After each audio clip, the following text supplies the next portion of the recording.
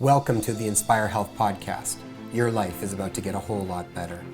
Have you ever felt like you tried everything and yet still couldn't find the answers or the solutions that you were seeking? Whether you're dealing with chronic illness, physical or emotional pain, I want you to know that your body is the most sophisticated machine on planet Earth. Your body holds unfathomable wisdom. Trust in it and learn from it. Know that there are answers and there are solutions to your specific health challenges. And we will be uncovering all of them here on the Inspire Health Podcast. I'm so excited to be a part of your healing journey. Your transformation starts now. Hi everybody, welcome back to the Inspire Health Podcast. In today's episode, I want to expand a little bit on a concept that I brought up a couple of episodes ago when I talked about the big question to ask yourself. One of the things we talked about when I went through that episode was the concept of making your life either smaller and more restrictive or making your life bigger and more expansive. And the reason behind that was because depending on the size of your life basically dictated how you were going to respond to all of the different events that were external to you that were thrown into your life.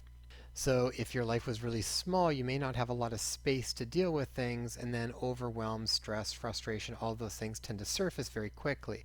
Whereas if your life is much bigger and more expansive and you've got a lot more room to deal with things, you have this ability to respond rather than react to life.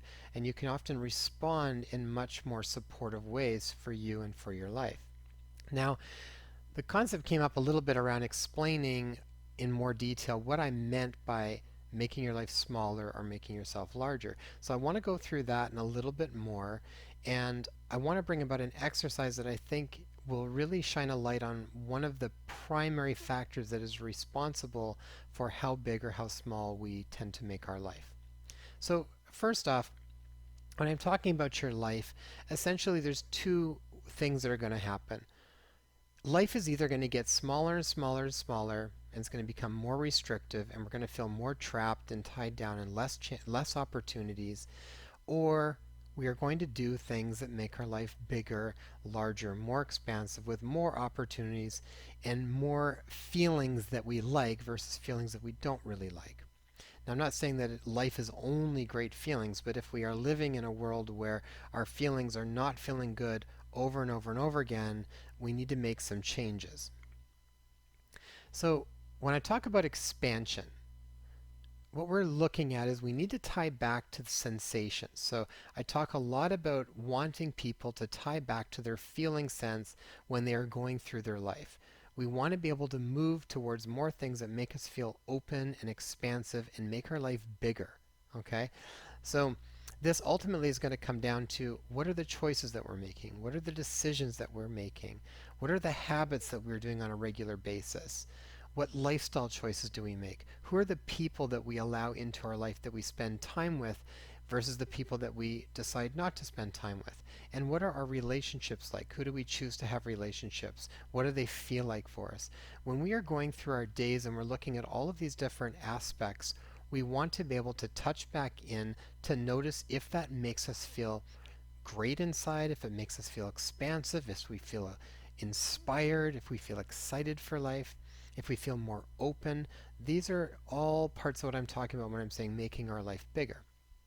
Now, at the same point, contraction is the opposite to this. If we are going through those same choices, decisions, habits, the lifestyle decisions that we make, the people we let in and out of our life, and the relationships that we choose to have, if those things are causing us to feel more contraction and smaller and less choices and feeling like the rocks are just piling up and we don't have very far to go or we don't have very many choices or options are available to us, then that's something that we need to pay attention to.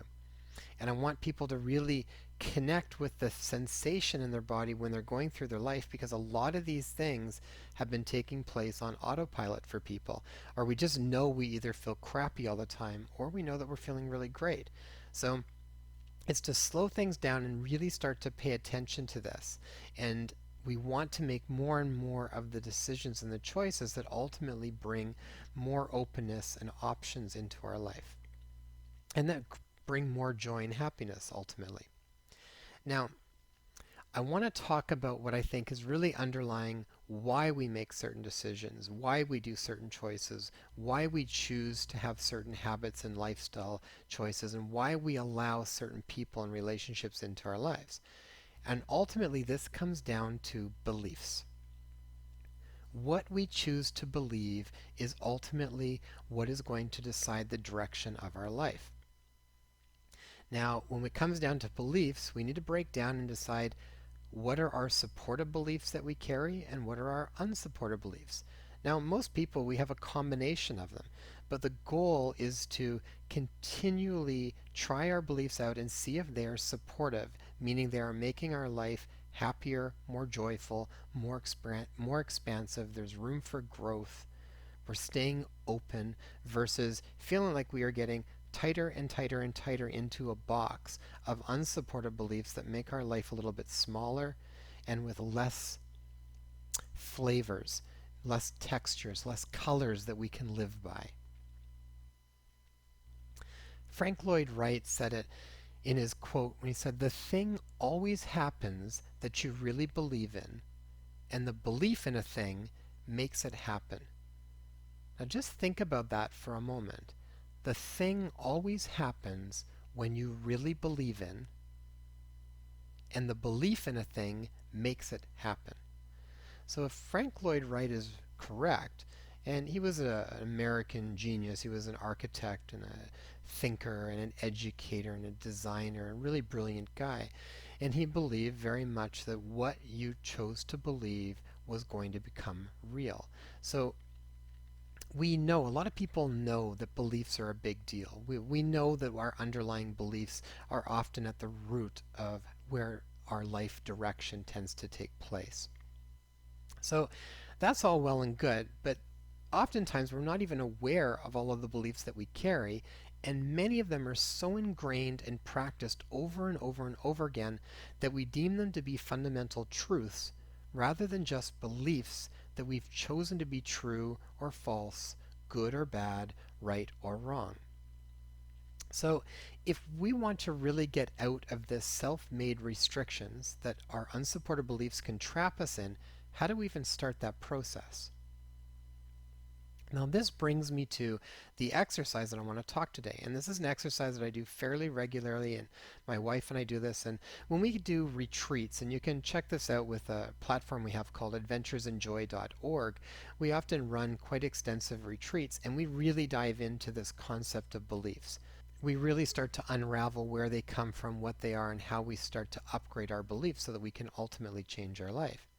To just tell ourselves to believe something else doesn't really work. It feels fake. If we're trying to convince ourselves to believe something that we don't ultimately believe, then it just feels like we're a fraud and it doesn't really feel correct. It doesn't feel right. It actually sometimes even pisses us off more because we really don't believe it. So I'll give you an example. If I'm really not feeling very good about myself, and maybe I'm dealing with a lot of guilt and shame and insecurities, and I was told to write, "I am beautiful" on my mirror. Now, the idea of that's great. I like the idea that I'm trying to ingrain that and embody that. But the reality is that if I'm really not feeling it and then I'm reading it, it's just kind of ticking me off, and I kind of call BS on it, and it doesn't really go anywhere. And I usually shut it down before it really gets a chance to make much of a difference. It's the same idea if I was told to believe that I could be a multimillionaire. And maybe at that time, I'm having a hard time just making ends meet and pay the rent off at the end of the month. So sometimes the thought of trying to think like that or trying to believe that that's possible just feels like such a stretch that it just kind of makes us more frustrated, maybe even resentful. And so we need a we need a way to soften this so that we can start to experiment with what something might feel like and open the door to believing something else may be possible in a way that doesn't make us shut it down right from the start or make us feel like a fake or a fraud. So this comes into an exercise that I really love that's called what if questions. Rather than just stating that you now believe something new when you don't really believe it, when you pose it as a question as if, well, what if I really did love myself and believe that I was beautiful? What if that were the case? How would I think about myself differently? How would I act in the world? Would I do things different? Would my life direction go in a different way? You just start to open up the idea and you start to contemplate a little bit.